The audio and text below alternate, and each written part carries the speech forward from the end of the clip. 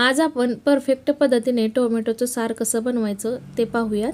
त्याच्यासाठी टोमॅटो घ्यायचे 4 ते 5 एकदम लाल झालेले टोमॅटो घ्यायचे.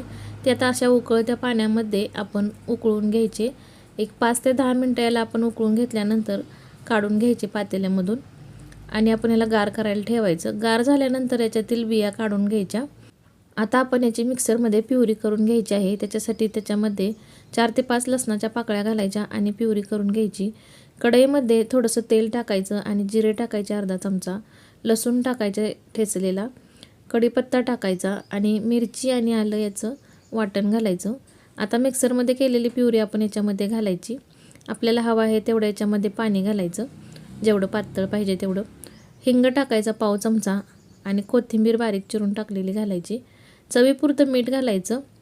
नंतर याच्यामध्ये अर्धा चमचा लाल तिखट घालायचं, 1 चमचा साखर घालायची किंवा गूळ